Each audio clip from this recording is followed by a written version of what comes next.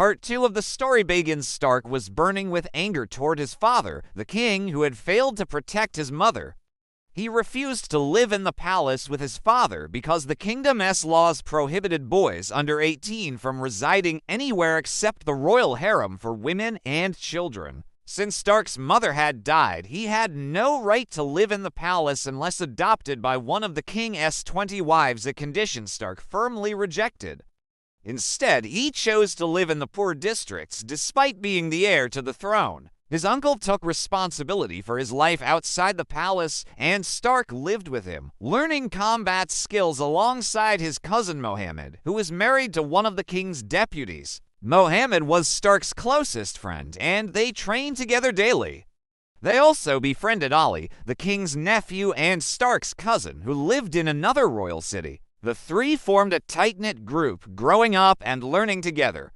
The king suffered a severe injury after using the Dark Stone at full power. The wound in his chest, where the stone had been placed, left him bedridden in the royal hospital, slowly dying. Queen Selena, the king's chief wife, awaited his death eagerly, hoping her son Haydar would become the next king. However, Stark, Ali, and Mohammed were also contenders for the throne. For years past, Stark and Ali trained intensely, and one day their sparring turned into a fierce fight. Mohammed intervened to break it up, but Ali left in sorrow. Stark regretted losing one of his dearest friends. All of them had grown into young men. Stark was finally allowed to live in a small hut within the palace and visited his ailing father. The king told him, "I didn't mean to kill your mother. I did everything I could to save everyone," but Stark was unmoved and left him. Back with his uncle, Stark began to see the man's dark intentions. His uncle had planted hatred toward the king in Stark's heart from the beginning and now urged him never to help or visit his father again. Stark sat in sorrow, remembering his father, and fell asleep. The next morning, the kingdom mourned. The Dark Knight had died. The king was gone.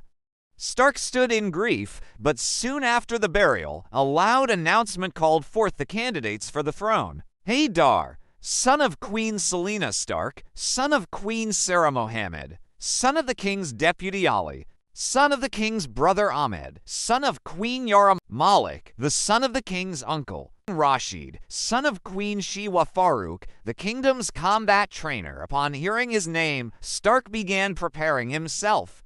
When he met Ali, he said, "Good luck, Ali. May one of us become king." But Ali replied coldly, "You're just a queen's brat." "I'm the king's nephew. I deserve it." He demanded a duel, but Stark refused and walked away, wondering why he kept losing those he loved. The next day, Stark spoke to Mohammed about how much Ali had changed.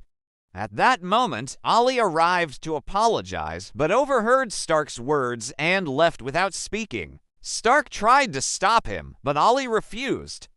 Mohammed said, "I think the idea of ruling has corrupted the candidates." "I don't want to lose you too," Stark replied. "Good luck, Mohammed," and vowed to prove himself. The tournament matchups were drawn. Mohammed versus Ali, Stark versus Ahmed Farouk versus Haydar, Rashid versus Malik. The battles were intense. Ali defeated Mohammed. Rashid beat Malik. Stark overcame Ahmed. The final match, Haydar versus Farouk, was fierce. Blow after blow, until Haydar finally defeated his own trainer. Queen Selena celebrated, and Haydar gained a following.